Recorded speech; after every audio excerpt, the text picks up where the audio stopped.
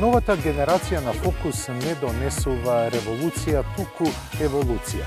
Во рамките на таа еволуција, новата генерација на Focus нуди повеќе простор во внатрешноста, поатрактивен дизајн на надворешноста и многу нови скриени одобрувања.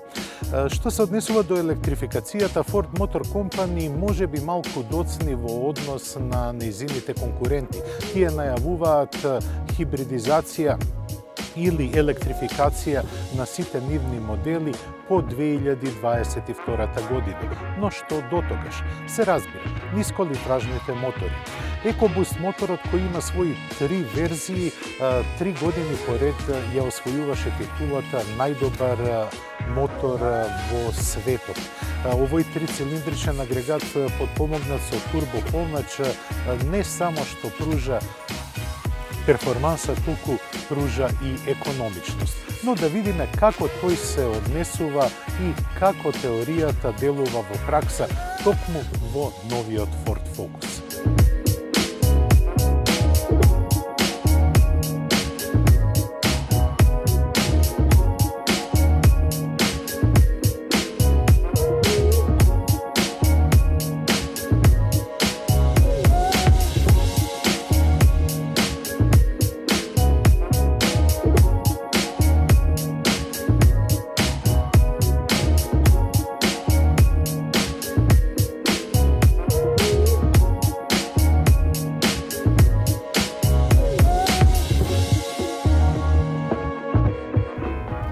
Во внатрешноста на Ford Focus има многу изненадувања, но најголемото е просторноста. Затоа што на истата должина како и кај претходната генерација запазена е многу поголема просторност и комфорт. Височината на кабината е смалена, незнатно е проширена, но добиено е извонредно чувство на просторност и удобност во внатрешноста. Возилата на Ford се познати по неколку работи, а една од оние што се врвни е подпирањето, односно суспензијата, како и управливоста на возилото. Што се однесува до подпирањето, тоа има за Ford Focus дури 3 решенија. Но кај хеджбекот забележлив е оној со мултилинк подпирање на задните тркала, а подобрено подпирање и на предните. Оваа комбинација дава една одлична синергија на управливост, но и на удобност. Автомобилската мода ги диктира помалите мотори. Мотори кои имаат помалку цилиндри, а подпомогнати се со турбополначи.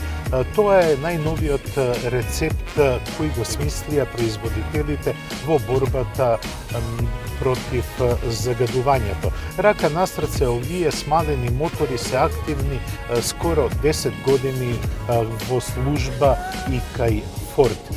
Овој модел е задвижуван со трицилиндерскиот 1-литарски EcoBoost мотор, кој има 3 верзии на силина, но оваа располага со 120 конски сили. Овој мотор, иако не звучи моќно, тој има многу добри перформанси и линеарни забрзувања, благодарејќи на турбополначот.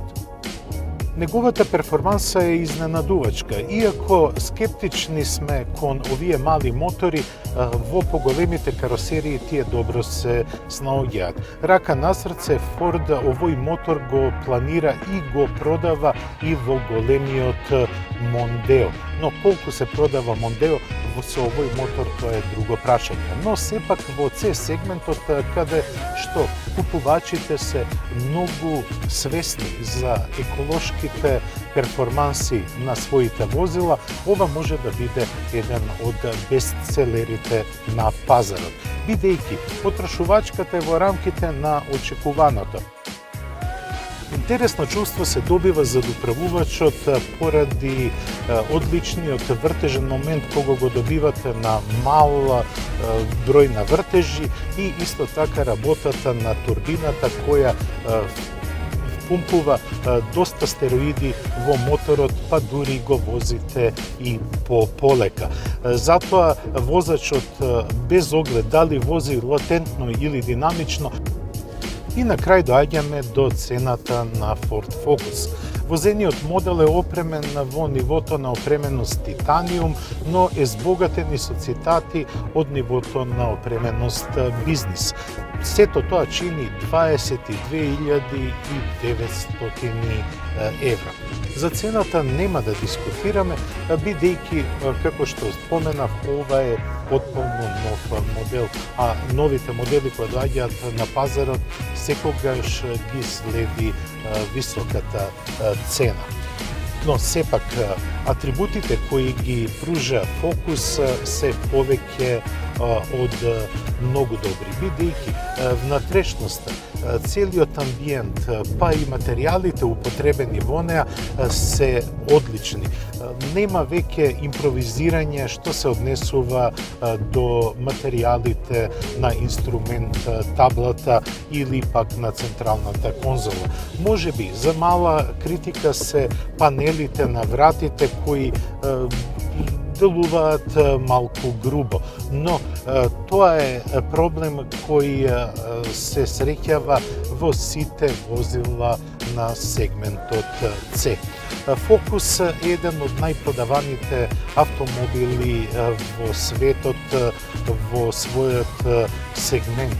Откако се појави во 1999 година, Focus представува еден символ не само на возни својства, туку и на издржливост и квалитет. Се надевам дека квалитетно ги исполнивме според вашиот суд овие 30 минути. Ве поканувам на повторна средба за 7 дена. До тогаш останете во добро расположение и здравје и се гледаме во истиот термин на истата фреквенција.